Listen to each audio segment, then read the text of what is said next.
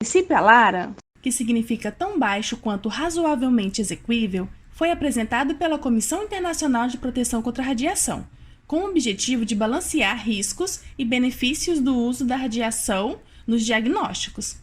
Esse conceito foi inspirado no que foi dito pelo Comitê Internacional de Raio-X e Proteção contra a Radiação, fundado em 1928, que dizia que os raios-x deveriam ser conduzidos o mais rápido possível e com a menor intensidade e que deveria haver regras de segurança e equipamentos de proteção. Não é por menos. Por anos, pesquisadores foram alvo dos seus próprios experimentos e a descoberta dos danos irreversíveis à saúde causados pela exposição aos raios-x movimentam estudos até hoje. Um personagem importante na história da radiologia foi William Röntgen, considerado o pai da radiologia de diagnóstico, que, percebendo que os raios-x não penetravam no chumbo, forneceu escudo de chumbo para sua equipe utilizar durante seus experimentos. Em resumo, o princípio ALARA indica que a exposição deve ser justificada, otimizada e inferior aos limites permitidos. 3 métodos são apresentados para que esses objetivos sejam alcançados: o tempo, a distância e a proteção. Como a dose de radiação depende do tempo de exposição, o tempo deve ser limitado. Para isso, a organização dos materiais a serem utilizados na tomada radiográfica é muito importante. Assim, o procedimento tende a ser mais otimizado. A radiação perde intensidade à medida que aumenta a distância. Se dobrar a distância da fonte, por exemplo, a dose será diminuída em 4 vezes. Relacionando ao método anterior, essa distância deve ser suficientemente grande de modo a diminuir a influência no público e na equipe, porém, não a ponto de dificultar o acesso dos materiais. A proteção adequada diminui a exposição à radiação. Ao utilizar uma barreira no caminho da radiação, haverá diminuição da exposição atrás da barreira. A espessura da barreira e o tipo de radiação ditarão o quanto essa exposição será diminuída. A proteção deve ser um bom custo-benefício e reduzir a exposição de forma que se torne insignificante. No Reino Unido, utiliza-se o termo alarde, tão baixo quanto razoavelmente praticável. É considerado sinônimo do ALARA.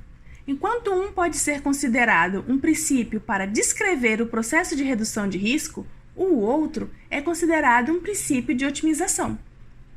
Outro conceito acrônomo formulado é o ALADA, tão baixo quanto diagnosticamente aceitável, introduzido com a finalidade de enfatizar a importância de se obter imagens que proporcionem o diagnóstico desejado e que utilizem a menor dose de radiação para o paciente.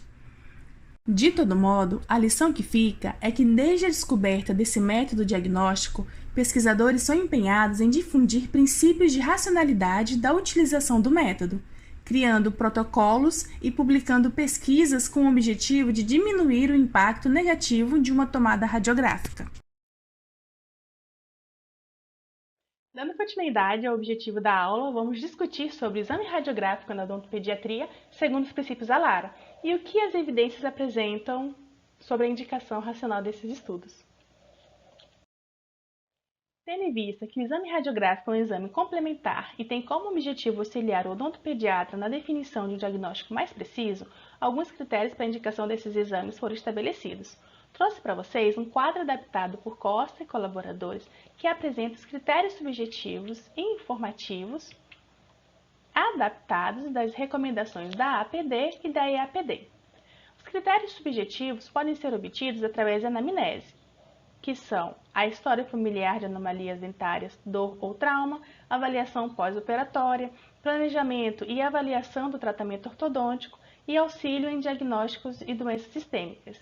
Já os critérios informativos são obtidos através do exame clínico, que são a lesão de cárie, patologia pulpar ou periapical, lesões traumáticas, transtornos eruptivos, anomalias de desenvolvimento, reabsorções ósseas ou dentárias, além da recorrência da doença.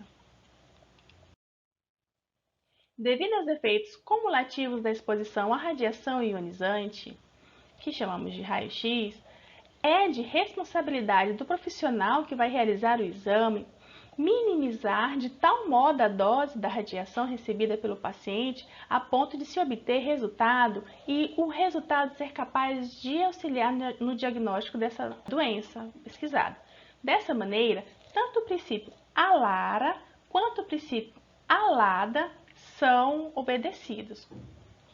Para o exame radiográfico, o paciente precisa estar devidamente equipado com o avental de borracha, plumbífera ou avental de chumbo e o colar protetor da tireoide. Caso o paciente precise do auxílio do seu responsável, o responsável também precisa estar protegido com o avental de chumbo. Também cabe salientar aqui que se a técnica proporcionar a possibilidade da utilização de um óculos de vidro também plubífero, né, de chumbo, é interessante que o paciente utilize também, porque os olhos também são órgãos sensíveis à radiação. Outro componente importante nesse momento é o filme sensível, é o filme radiográfico, que precisa ser mais sensível para a tomada radiográfica. Filmes mais sensíveis, com filmes mais sensíveis, há menos exposição aos raios-x. Também há necessidade que o técnico responsável pela tomada radiográfica previamente organize os equipamentos, assim como também aconteça o manejo da criança, né, para que não tenha repetições no momento da radiografia. Essas são algumas recomendações de manejo do comportamento da criança para realizar a tomada radiográfica. A primeira, explicar o procedimento a ser realizado de acordo com a idade da criança. Mostrar para a criança o aparelho raio-x, o posicionador, o filme e as vestimentas. Realizar um pré-posicionamento do cilindro antes de colocar o filme. Demonstrar como o filme deverá ser posicionado, obtendo assim, em primeiro lugar, a radiografia que terá maior colaboração e que provavelmente vai ser naquela região de fácil acesso. Prender a atenção da criança para que não haja movimento no momento da tomada radiográfica. Encorajar e elogiar a criança, então, utilizando do reforço positivo. E também fazer analogia do procedimento. Né? Se houver a possibilidade, se já tiver alguma radiografia pronta, mostrar para a criança como que é a foto, né? E como que vai ficar todas as outras radiografias que vêm logo após essa. Os exames radiográficos podem ser classificados em extrabucais e intrabucais. Nos exames intrabucais, nós temos a radiografia panorâmica e a interproximal, que é mais utilizada para investigação de cárie, principalmente na fase da pré-escola. Existe também a radiografia oclusal, que é solicitada geralmente para investigação de traumas dentários. E entre os exames extrabucais, temos a radiografia panorâmica, que tem o objetivo de investigar a boca toda da criança, ter uma visão mais ampla da dentição da criança, né? Geralmente utilizado para a investigação da dentição mista, e a teleradiografia, que é indicada principalmente para o planejamento e acompanhamento ortodôntico. Essa daqui é uma tomografia computadorizada de feixe cônico, que a utilização dela na odontologia ainda é controversa e vamos falar um pouco mais sobre suas indicações mais para frente. Como dito anteriormente, a radiografia periapical é muito utilizada na investigação das lesões de cárie dentária. Esse tipo de exame também permite analisar o dente e as estruturas ao entorno. Por isso, também é utilizado na análise de dentes traumatizados, anomalias dentárias, reabsorções e análises de raízes, entre outros. 2 filmes radiográficos podem ser utilizados nessa técnica, o filme radiográfico adulto e o infantil. O filme infantil é utilizado na tomada radiográfica de dentes posteriores, como visto aqui na imagem A, B e C. Isso daqui é uma tomada modificada, né? E o filme radiográfico adulto é utilizado na dentição permanente, às vezes na dentição mista, né? E também numa técnica modificada para radiografia em dentição decídua, mas de dentes anteriores. Algumas observações devem ser feitas para uma tomada radiográfica eficaz. A primeira é observar o tamanho da cavidade bucal, a idade e a cooperação da criança, que isso vai interferir, né, o tamanho da cavidade bucal para saber se o filme radiográfico ele vai ficar bem adaptado, a idade da criança, para poder saber exatamente qual o filme, como utilizar a técnica e também como fazer o manejo do comportamento dessa criança, que daí também entra a questão da cooperação da criança. Evitar pedir boca total, né? A boca total, como sabemos, são várias tomadas radiográficas para poder saber a saúde de toda a boca da criança. Verificar a acomodação do filme na boca da criança para evitar que o filme seja deslocado no momento da tomada radiográfica.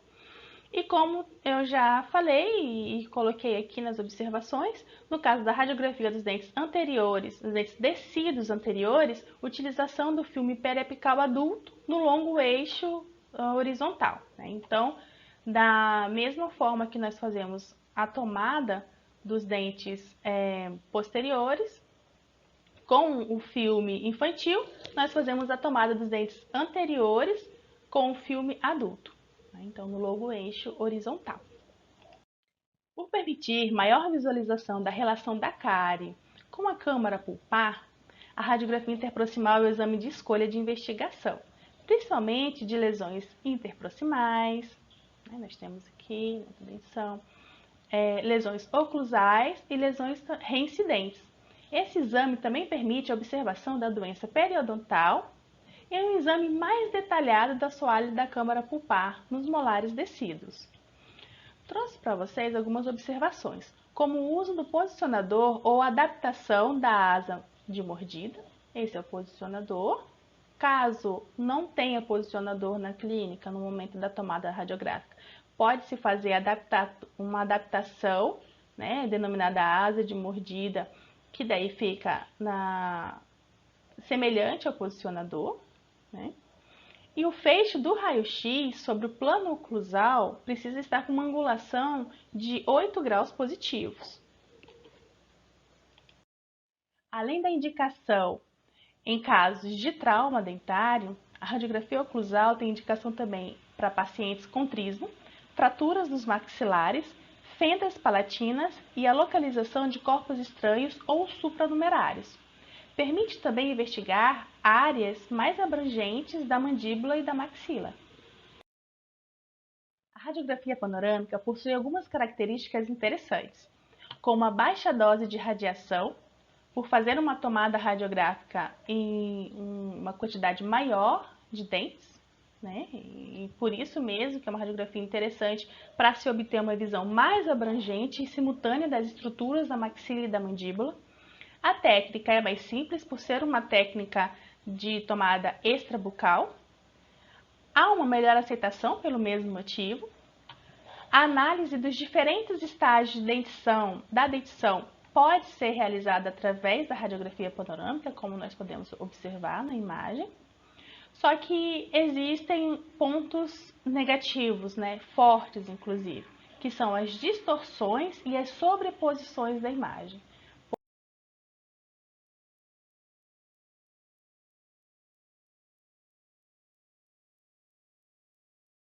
Esse é um quadro de recomendações para a realização de exames radiográficos de acordo com o tipo do paciente, tipo da dentição e o risco da cárie dentária. Em caso de pacientes novos, em qualquer tipo de dentição, o exame radiográfico individualizado das áreas de interesse do tipo periapical pode ser utilizado. Em pacientes de dentição decídua, também pode ser utilizada a técnica, o exame oclusal anterior, né? Em caso de solicitação da radiografia interproximal, só é válida, né, indicada se a superfície não for visualizada clinicamente. Já na dentadura mista, pode ser utilizada, mais fácil de se mais fácil de se recomendar a radiografia interproximal e a panorâmica, né? Ou interproximal e periapical, como eu falei, a periapical ela pode ser solicitada em todas as dentaduras, em todas as dentições. Por quê? Porque nesse momento os dentes podem estar mais juntos, assim dizendo, né? E a visão das proximais do dente, no caso, passa a ser mais complicada, né? Diferente da dentadura decídua, que se espera que os dentes estejam mais afastados e, consequentemente, o dentista possa ter uma visualização inteira da dentição. Na dentição permanente, além das periapicais, pode ser solicitada também as interproximais com panorâmica ou as interproximais justamente com as periapicais selecionadas. Em pacientes de retorno com alto risco e médio risco de cárie, ou então na presença da cárie, radiografias interproximais podem ser solicitadas em intervalos de 6 a 12 meses, se as superfícies proximais não puderem ser examinadas visualmente ou com sonda, né? O exame clínico.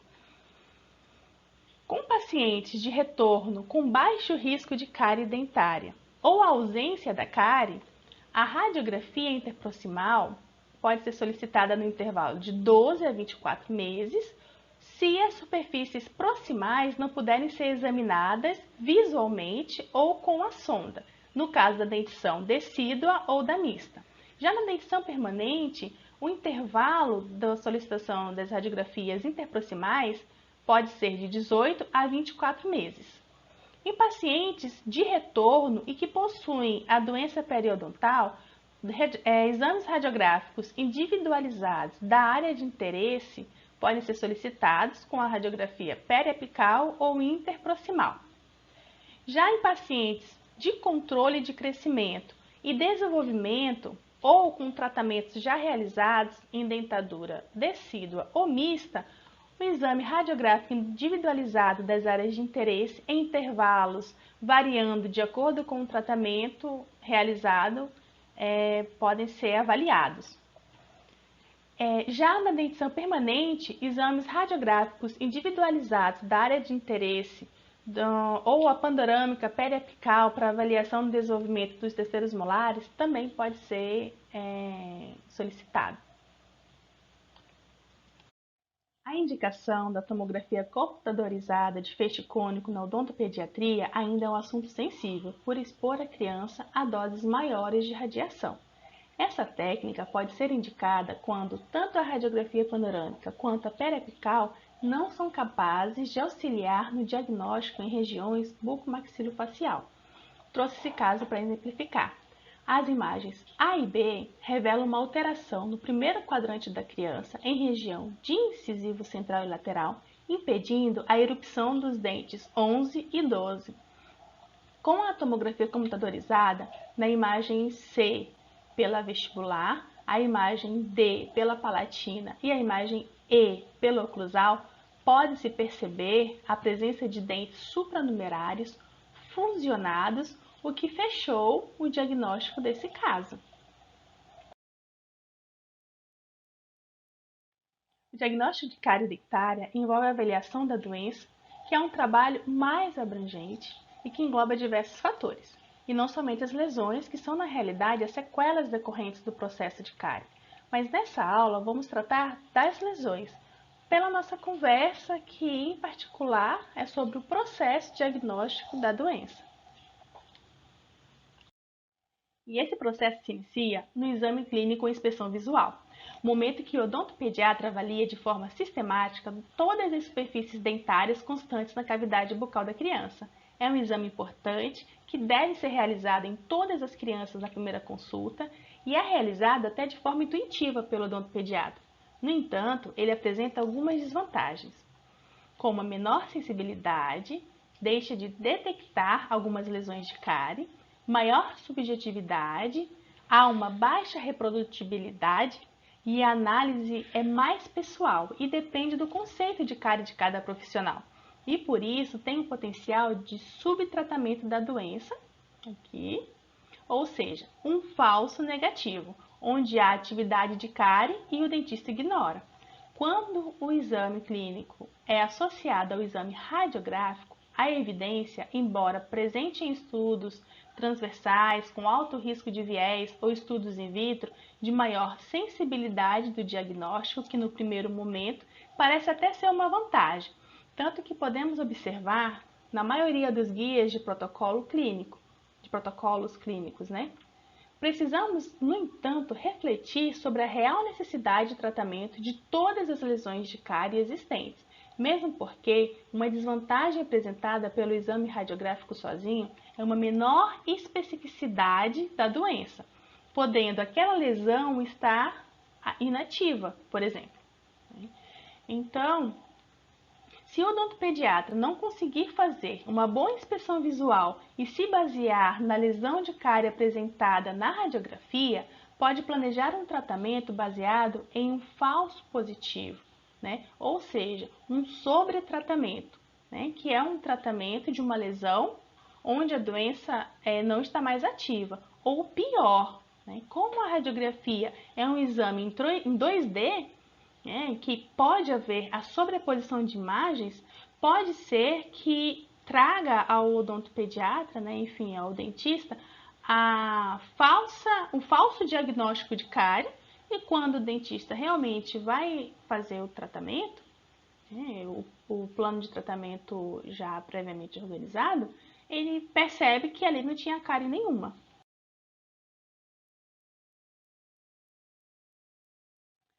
Trouxe a árvore de decisões terapêuticas adaptada para exemplificar qual o momento seria ideal para a tomada da decisão da realização do exame radiográfico.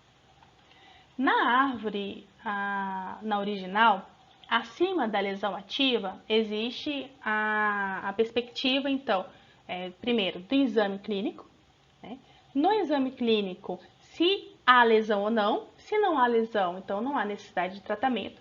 Se há lesão, a lesão inativa. Se a lesão é inativa, também não há necessidade de tratamento.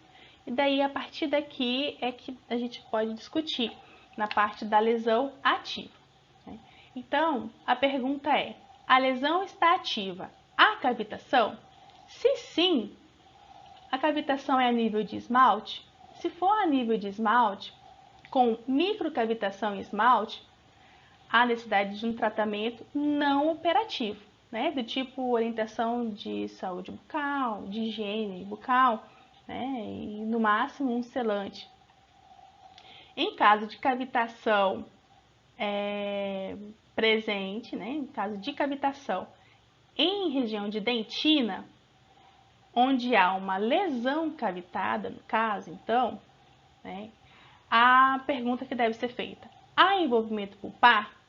Se não há envolvimento pulpar, então há necessidade de um tratamento de qualquer forma, né? Nesse caso é um tratamento operativo, e a sugestão, uma restauração, né? No caso tem que ver cada caso em particular. A segunda pergunta a segunda resposta é sim, há envolvimento pulpar. Com o envolvimento pulpar, há necessidade de fazer o exame radiográfico. Em caso de positivo, a sugestão dada é da endodontia ou exodontia. Em caso de negativo, então é o capeamento pulpar indireto. Mas cabe ressaltar então que somente nesse momento em que há a possibilidade do envolvimento pulpar é que se faz a solicitação do exame radiográfico. Já trazendo aqui para o caso de lesão não cavitada a nível de esmalte, né, o tratamento a ser proposto, né, uma sugestão de tratamento a ser proposto é o tratamento não operativo também, assim como no caso da microcavitação em esmalte. No entanto, se não há cavitação, é a nível de dentina e existe um sobreamento dessa dentina, então sugere-se fazer o exame radiográfico, né, e a resposta do exame pode trazer um tipo de tratamento ou não. Então, eu vou tirar aqui o vídeo, deixa eu ver se eu consigo tirar, porque eu preciso enxergar o cantinho onde fica a gravação, tá? Só um momento. Consegui tirar o vídeo. Então, vindo aqui, retomando, né? A dentina não está cavitada, há um sobreamento e há necessidade de fazer, então, a sugestão de se fazer o exame radiográfico. Se houve a lesão na metade interna da dentina, realiza-se, nesse caso, um tratamento operativo do tipo restauração. Se há uma lesão na metade externa da dentina, então pode-se realizar um tratamento não operativo do tipo selante, né? Como eu disse, deixa eu voltar aqui como eu disse, o importante aqui dessa árvore não é o tratamento, né? Apesar de que no livro de onde eu retirei essa adaptação, se fala de todo o processo até chegar na sugestão de tratamento. Mas o nosso foco é, então, na sugestão para o exame radiográfico. Então, como vocês podem ver, em um contexto geral, só mesmo em casos onde o diagnóstico é um pouco mais complicado, né, que não depende tanto da inspeção visual, que se faz a solicitação do exame radiográfico. Com base na literatura atual e de forma resumida, então, trouxe para vocês aqui dois pontos de vista, né? Divididos, inclusive, é interessante, por baixo risco de viés ou maior risco de viés, né? Então, estudos de acurácia com baixo risco de viés, né, afirmaram que a inspeção visual ela é semelhante, o resultado, né, da investigação da lesão de cárie é semelhante ao exame radiográfico ou é maior do que o exame radiográfico, né? E isso se dá aquilo que conversamos anteriormente, né? Tudo bem que há uma menor sensibilidade, mas até onde a menor sensibilidade realmente é uma desvantagem, visto que em questões de lesão de cárie, hoje se sabe, né, através do que inclusive nós pregamos do tratamento minimamente invasivo, que muitas lesões de cárie não precisam ser tratadas. Então, entre o sobretratamento e o subtratamento, é preferível que se faça o subtratamento. Inclusive em certos tipos de lesão de cárie, que daí há necessidade de uma análise, enfim, de cada caso, é interessante realizar o acompanhamento, né? Então, tendo uma visão para esse lado, a inspeção visual acaba sendo mais vantajosa, né, como técnica isolada do que a radiografia. Alguns estudos afirmam que a inspeção visual aliada à radiografia não trouxeram benefício nesse caso justamente do diagnóstico da lesão de cárie. Então, de acordo com a gente fazendo um apanhado e tal, com a descoberta desses estudos, né, com baixo risco de viés, a inspeção visual tem sim maior vantagem em relação ao exame radiográfico e à inspeção visual aliada ao exame radiográfico. Já estudos de acurácia com maior risco de viés afirmam que a inspeção visual aliada à radiografia possui maior benefício do que a inspeção visual isolada, né? Tanto é que ainda em virtude desse tipo de estudo, desses tipos de estudos que existem um grau Eita, que agora eu esqueci o termo. Peraí, que eu não posso perder esse. Um grau de recomendação mais baixo e o nível de evidência mais baixo também, né, que ainda existem protocolos, né, e guias que dizem que num primeiro momento, né, no primeiro atendimento, ou enfim, paciente novo, nós fazemos a inspeção visual e nós solicitamos a radiografia de acordo com aqueles dentes específicos para que a gente possa fechar o diagnóstico. Então, é baseado, pautado em esse tipo de estudo, né, com um risco maior de viés, estudos transversais, enfim, que esses guias ainda estão sendo utilizados. Tanto é que eu até mostrei para vocês anteriormente, né? Um quadro que trazia essas opções para gente, né?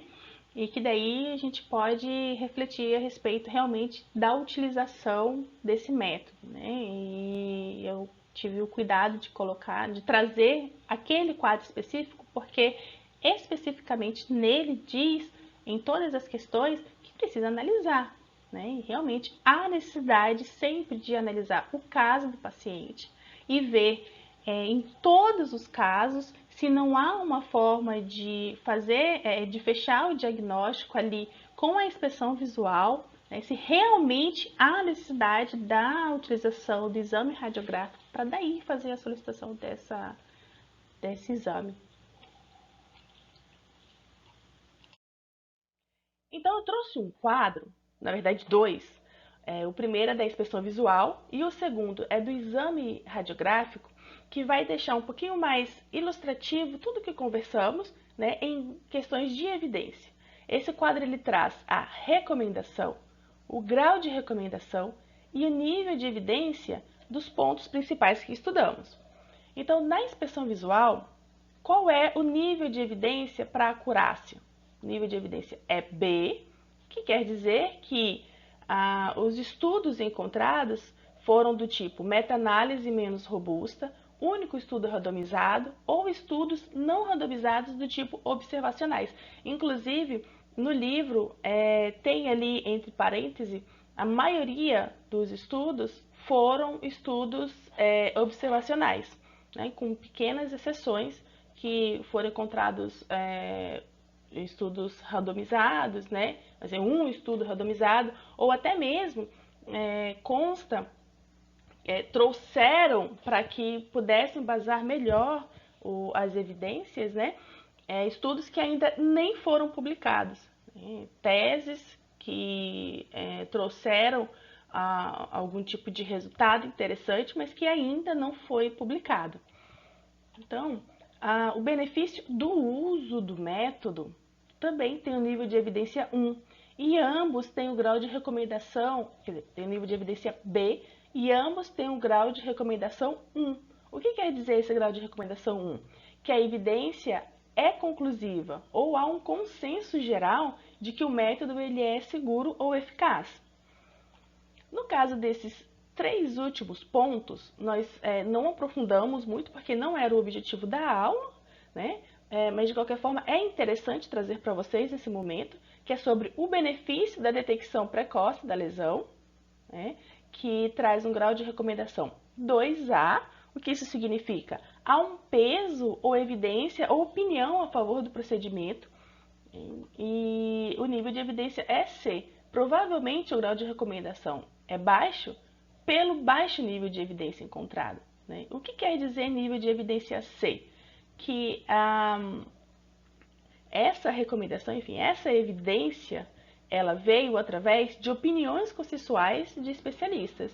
E isso refletiu no grau de recomendação para o tipo do exame. A mesma coisa acontece para os benefícios da avaliação da lesão, que o nível de evidência é C, com grau de recomendação 2B, e o uso de índices, que eles também apresentam o uso de índices para avaliar a lesão, né? Então, o primeiro ponto é a avaliação da lesão através da inspeção visual, e o segundo ponto, o uso de índices existentes para essa avaliação. O grau de evidência já aumenta um pouco para o tipo B, mas o grau de recomendação continua o mesmo para 2B. Né? Então, o que quer dizer grau de recomendação 2B? Segurança na utilização ou eficiência menos bem estabelecida, né? Em virtude do tipo do estudo. Então, a gente pode ver que também vai se repetir agora há pouco no exame radiográfico, é que o nível de evidência dos estudos encontrados, né, em todos esses aspectos que estudamos, é um nível baixo, né, tipo B, tipo C. Nós não temos um nível superior ao B, né, e apesar do nível de evidência ser mais baixo, alguns pontos já possuem um grau de recomendação elevado. Só que outros aspectos, o grau de recomendação ainda é baixo. O que isso quer dizer? Que nós precisamos de estudos mais robustos que possam sustentar essas afirmativas de uma forma mais clara, para que possa, daí sim, né, haver um grau de recomendação maior. Então, sobre o exame radiográfico. A acurácia é de grau de recomendação 1, com nível de evidência B. Então, sim, há evidências conclusivas ou consenso geral de que o método é seguro ou eficaz, né, desde que sejam seguidos todos os princípios que já conversamos. Já sobre o benefício do uso associado, né, os benefícios do uso associado à inspeção visual para todos os pacientes, apesar de apresentar um nível de evidência B, que já conversamos atrás também, né, que vieram basicamente de estudos observacionais, estudos de corte, né, enfim, estudos menos robustos, o grau de recomendação é 2B. Né? Então, o que quer dizer o grau de recomendação 2B? Há a segurança na utilidade ou eficiência bem menos estabelecida. Por quê? Porque se a gente extrapolar do universo da odontologia, a gente consegue perceber que para poder cumprir com os princípios básicos da radiologia, não é todo mundo que vai receber o raio-x. Né? Então, não são todos os pacientes que têm a indicação da radiografia. Eu trouxe no quadro anteriormente, mostrando em alguns aspectos as recomendações para as tomadas radiográficas, mas mesmo assim, ali naquela parte da árvore de decisões, a gente pode perceber que é limitado o porquê, o motivo que vai fazer com que o cirurgião dentista realmente indique a radiografia para os seus pacientes. Então, em virtude de algo bem mais amplo, né, o grau de recomendação foi um grau mais baixo. Né?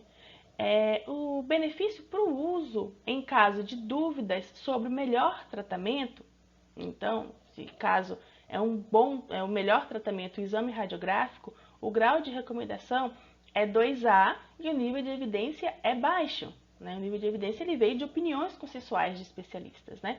E o grau de recomendação foi com peso ou evidência, opinião a favor do procedimento. Por quê?